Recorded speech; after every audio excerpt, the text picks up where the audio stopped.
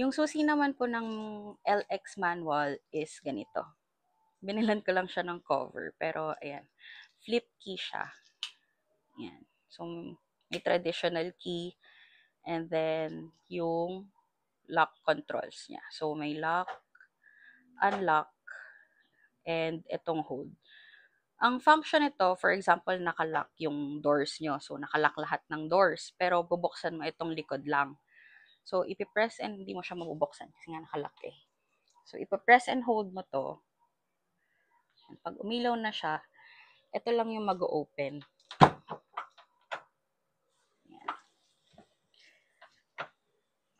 Yun. Yun. Ma-open mo siya. Kahit nakalock lahat ng doors. So, yun lang naman yung function itong parang hold. Yan.